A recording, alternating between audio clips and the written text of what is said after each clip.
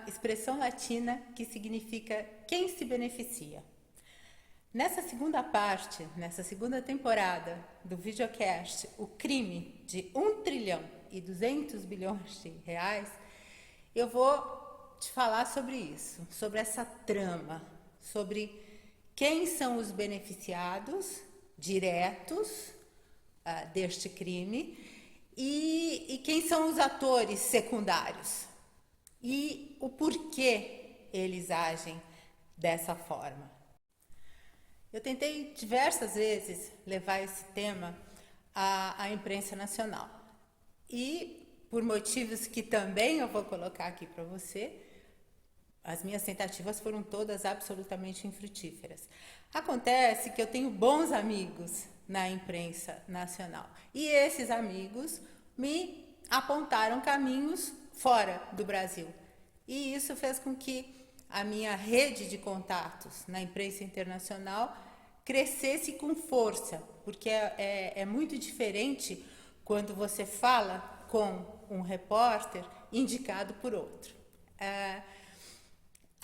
E nessa situação toda, eu tive a oportunidade de conversar com o David Miller, que é uma pessoa encantadora, além de ser um jornalista super ético, ele é da Associated Press, ele é uma pessoa boa, ele quer que as coisas aconteçam da forma correta. E por intermédio dele, uma força imensa que ele me deu, o Peter Millard, da Bloomberg, entrou em contato comigo. Isso faz quase 2 anos, 1 ano e meio.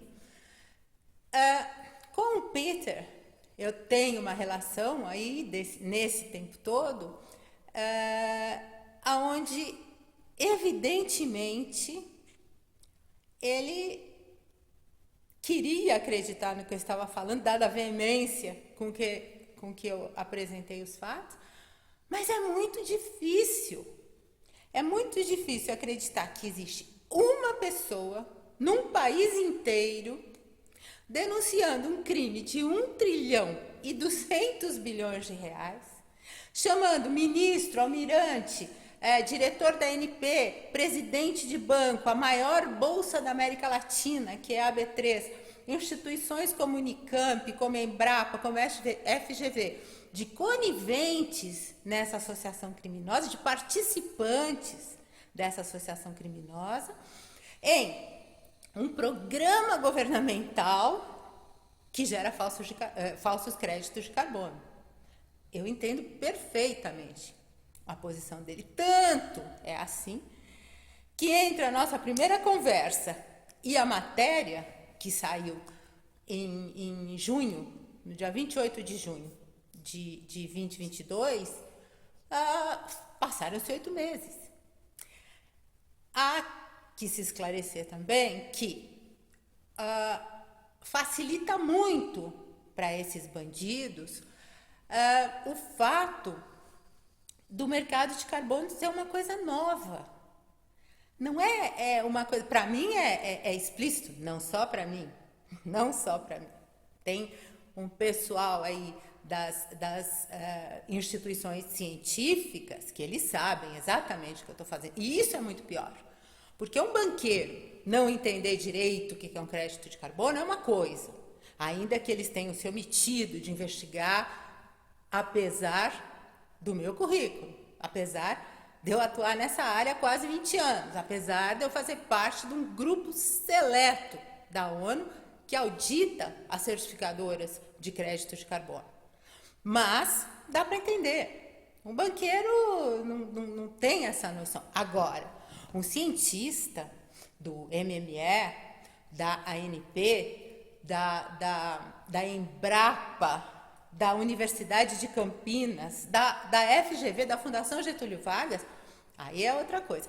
Pior ainda são as certificadoras do falso crédito CBIO. Aqui no Brasil você tem o Bureau Veritas e a SGS atuando firmemente, mandando folder para os clientes, dizendo que vamos aí, vamos certificar, vamos criar mais projetos, desculpa, geradores desse falso crédito de carbono CBIO. O que eu quero dizer com isso? Quero dizer que eu sou um baita do incômodo. Agora, com esse videocast, com as visualizações que nós estamos tendo, outro dia o número de visualizações no episódio relacionado ao trabalho escravo foi enorme. Ou seja, existe empatia nas pessoas. As pessoas entendem quando alguma coisa de muito errado está acontecendo.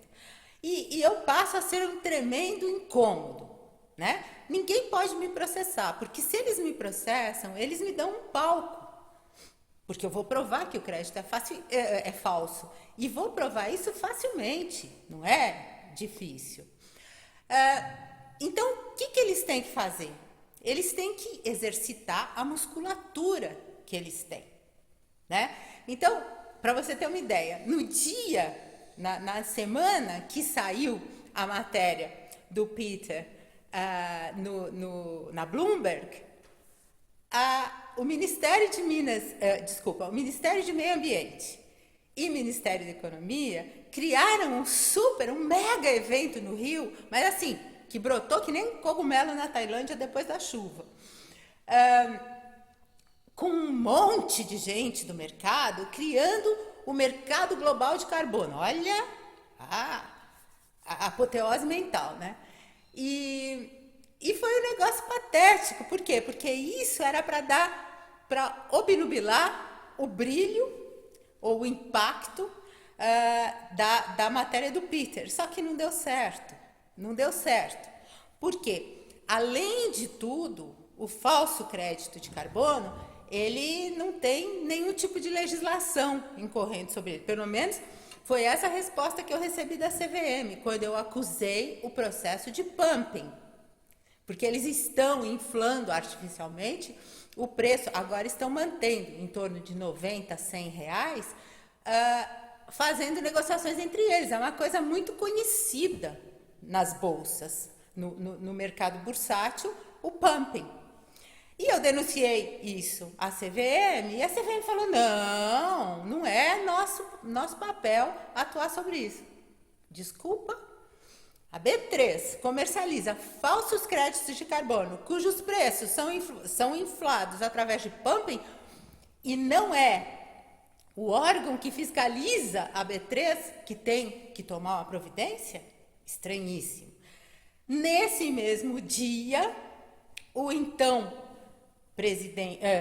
ministro Sachdida, que era o novo ministro de Minas e Energia, ele disse, que eu não sei se chegou a fazer, ele disse que ia entrar com processo no CAD. Não é assunto para o CAD, isso é assunto para a CVM.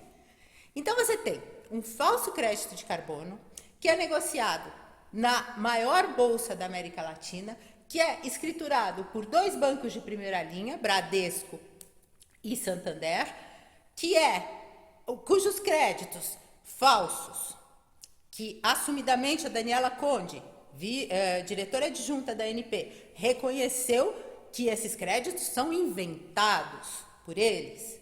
Você tem esses créditos falsos sendo, como se diz, reconhecidos pela SGS e pelo Bureau Veritas. É evidente que você não vai acreditar em mim. Você não vai acreditar na única pessoa, na única voz que está há 2 anos repetindo isso, né? De qualquer forma, a matéria do Peter repercutiu. Por quê? Porque houve aquela mudança, não foi preciso entregar os créditos no ano passado, diminuiu o volume de créditos a ser entregue por cada distribuidora, o preço caiu de 209,50, pensa nisso, um falso crédito de carbono, caiu de 209,50 para em torno de 100, que é no 100 que se justifica o 1 trilhão e 200 bilhões de reais, quando ele está em volta de 100. E com isso tudo, o que acontece? Acalmou, está todo mundo quietinho, está todo mundo calmo, Até que alguém brilhante, resolve, não, vamos intimidá-la, como se fosse possível me intimidar. E aí é onde entra o procurador do Ministério Público Federal, Marcos Marcelos Gonzaga Goulart. Vamos ver o papel importantíssimo dele neste processo. E nós vamos ver isso no próximo capítulo, a denúncia. Muito obrigada, até lá.